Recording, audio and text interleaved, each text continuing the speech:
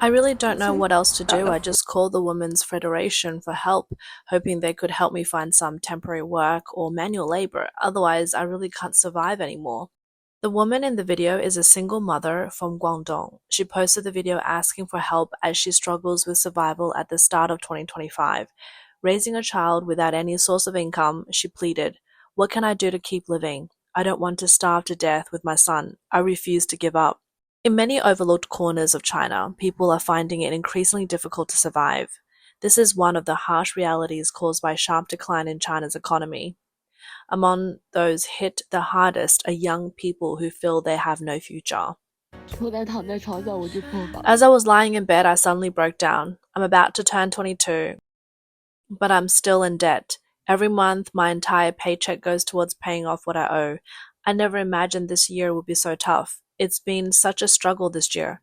Actually, it's been tough for several years now. I've switched jobs so many times and still feel like my life is meaningless. Thinking about it all today, I just completely lost it. But young people like us will have to endure the hard times before things get better, right?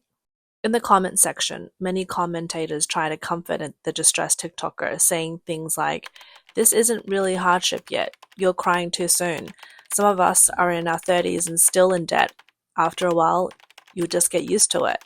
Another TikToker shared, A few days ago, I saw a news report online. It said that nearly 90% of young people across the country are very dissatisfied with their current situation. Around 500 million people are just coasting through life, and nearly 600 million people feel like their lives are completely meaningless. Honestly, I've noticed that a lot of people around me have chosen to just give up this year. Some people tried everything they could and had no choice but to give up. Others don't even want to try anymore. It makes me wonder, have so many people really lost their sense of purpose? Have they given up on their beliefs? Does everyone feel like life has no meaning anymore? for many middle-aged and young adults who are married, the past year of 2024 was reportedly the most financially challenging year they've ever experienced. 有没有今年跟我一样过得很 Is there anyone else who had a year as tough as mine? How bad, you ask. I couldn't buy my son any new clothes this year, so he's wearing last year's clothes again. The only thing I bought him was a pair of shoes because his feet had grown, and we had no choice. As for me, I didn't buy any clothes either. I've only been wearing what I bought last year. I haven't been able to afford a haircut for 6 months, and I've had to use the cheapest skincare products. This year has been unbelievably hard for me. Has it been the same for you? According to data from Gavecal Dragonomics, household wealth in China grew by nearly 10% annually from 2018 to 2021.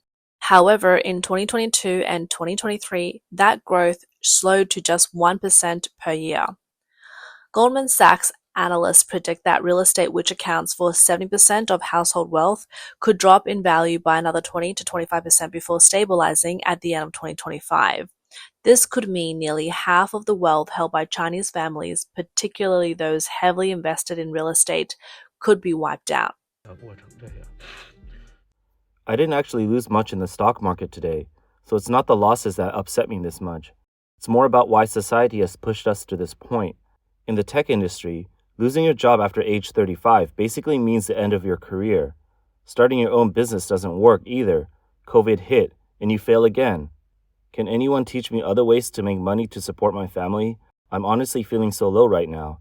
The stock market has screwed us over badly, and it feels like I can't find any direction in life. I even tried driving for Didi, but I only made 116 yuan in an entire day. A January article in MarketWatch interviewed workers, students, and retirees across China. Many were relieved to see 2024 end, a year that extended the post-pandemic struggles of wage stagnation, unemployment, declining property values, and shrinking budget for non-essentials. However, their outlook for 2025 remains grim as they see little hope for the future. In Chengdu, Sichuan, a 42-year-old woman named Xu Leiyu lost her job at a phone store 2 months earlier. She told MarketWatch, "The government has been saying for over a year that they will help people like us who are struggling, but I haven't seen any support." Amid widespread economic difficulties, the Chinese Communist Party (CCP) held its annual National Propaganda Ministers' Conference in early January. A member of the Politburo Standing Committee Chai Chi emphasized the need to uphold the correct orientation of public opinion and strengthen economic propaganda and expectation management. Similarly, Li Shulei, the Minister of Publicity, highlighted the importance of improving economic messaging in the new year. Veteran journalist Mr. Gao commented on the National Propaganda Ministers' Conference, saying it set the agenda for propaganda departments across the country this year. He explained that that primary goal remains tightening control over public opinion.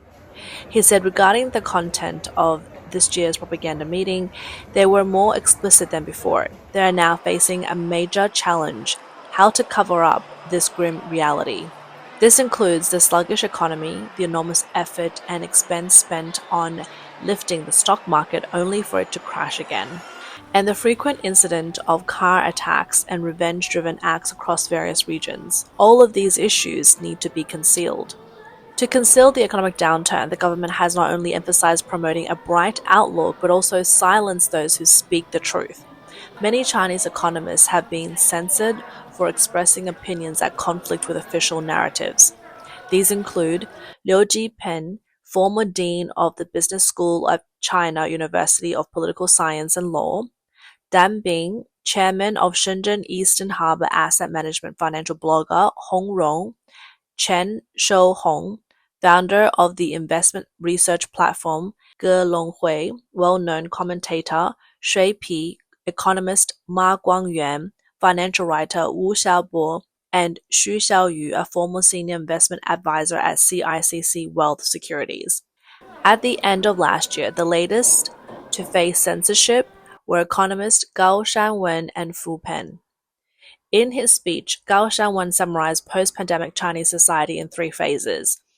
The elderly are full of vitality, the young are lifeless, and the middle-aged have lost all desire for life. He also estimated that GDP in the past 3 years may have been overstated by a total of 10%. If corrected by 3%, he said, China would appear as a relatively normal country by global standards. Fu Pen emphasized in his speech that China's economic problems are far more severe than they appear. He pointed to a lack of effective consumption as the core issue, describing the decline in consumption capacity as a structural shift rather than a temporary phenomenon. The greatest challenge, he said, is the rapid shrinking of the middle class. Fu also criticized China's media environment. He said that anyone who points out problems is labeled as a traitor or unpatriotic, and they are attacked online. But the real danger is if no one speaks out, when the time comes to make key decisions, a lack of accurate feedback will lead to catastrophic errors.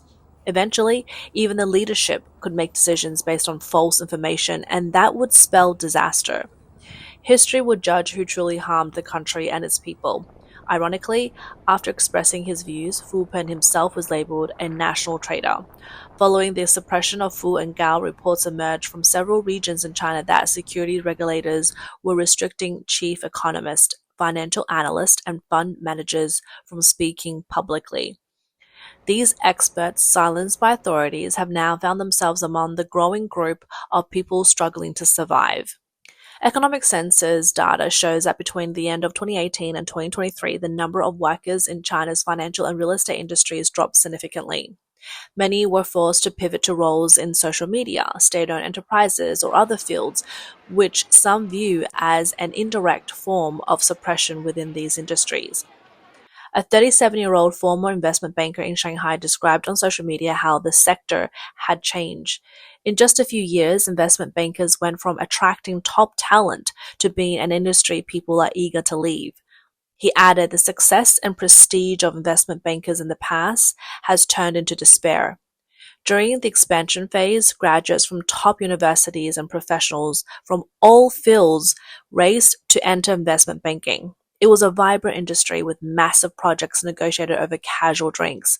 But by the early 2024, everything changed. People are feeling the industry. For those with projects, the work has become overwhelming and unrewarding.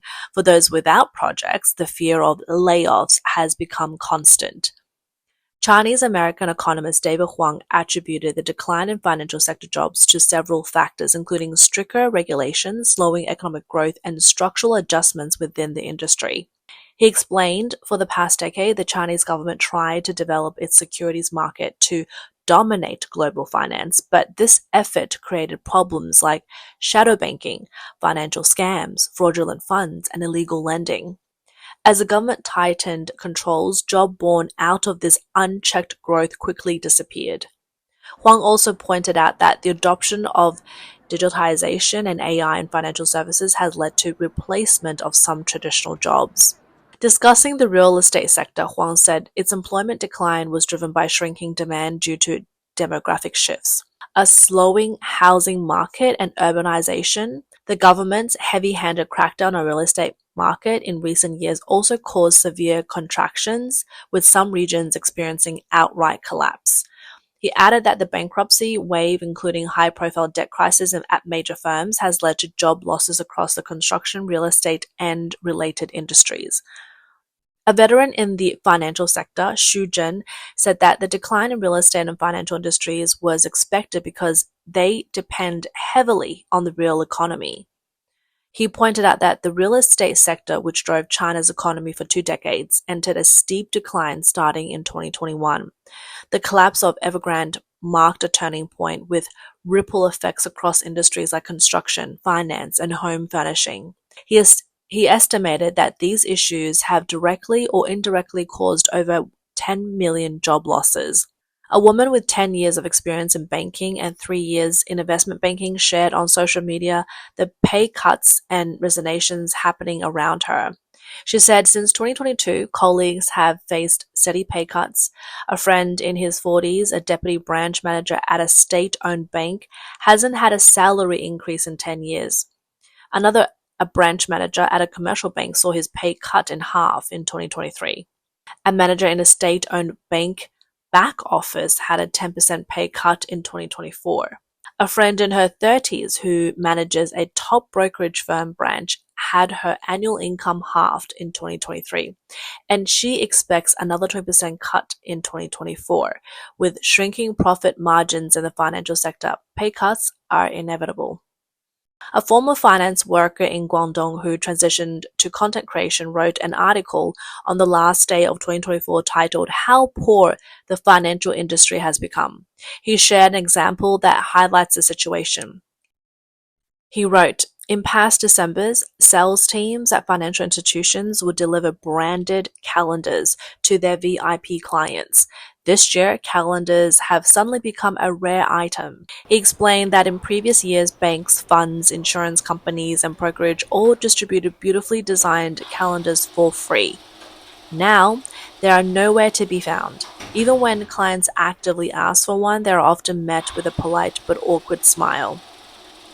David Huang later explained that the financial industry, which accounts for about 7% of GDP, and the real estate sector, making up 43%, are not just victims of weak economic growth, but also contributors to it.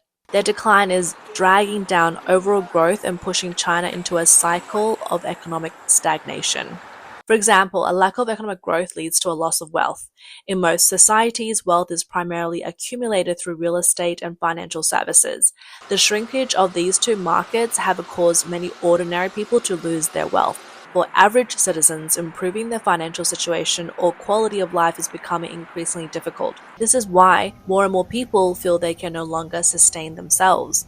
Millions of young people left without sources of income are becoming aware of the government's exploitive practices and have started to push back. The resistance is adding pressure to the Chinese government's authoritarian control. For example, many young people are opting out of the state pension system. This trend has increased the strain on a system already struggling due to a record low birth rate and an aging population, further destabilizing China's weak economy. A social media influencer in Shenzhen, Gao Penchen, is one of those young people. He has chosen not to contribute to any voluntary pension plans. Most of his friends have made the same decision. Nearly 1,500 yuan per month in pension contributions takes up about one-fifth of his salary. Instead, he prefers to spend that money dining out or buying luxury items. Gao believes contributing to the pension fund is pointless since the system may be depleted by the time he retires. He said, in theory, I'm saving for my retirement by contributing to the pension fund. In reality, I'm just using my money to support others. Why should I use my money to help someone else? China's situation is particularly dire compared to other Asian societies. Since 2022, the country's population has been shrinking. The United Nations predicts that by 2100, China's population could be half of its current size. Failing to ensure pension payouts not only raises questions about the government's legitimacy, but also risks further alienating an already delusioned young generation. This could fuel more social unrest and weaken economic growth. Over the next decade, more than 20 million workers will retire annually, but the number of people contributing to the pension fund is decreasing. According to the Chinese Academy of Social Sciences, the country's pension system, which supports 460 million people, could face its first annual deficit within 4 years. By 2027, the pension fund is expected to peak at 7 trillion yuan, but it could rapidly decline and be exhausted by 2035. Some scholars and experts in China have warned young people about the dangers of not participating in pension plans. Without savings, they're risking facing a bleak retirement. However, most young people are ignoring these warnings. A 37-year-old gym worker named Long Bai said he wouldn't even consider joining a pension plan until he's at least 45 years old. He said, "We're not stupid. The future of this country is uncertain, and young people know they're just funding someone else's retirement. Even if you contribute, the returns are minimal." The biggest issue, he added, is that many young people currently don't have jobs or income, struggling to afford basic needs like food and housing. They are more concerned about surviving the present than planning for retirement. He said, "At this rate, we don't even know if we will live to retire. Who would think about a pension plan under these circumstances?"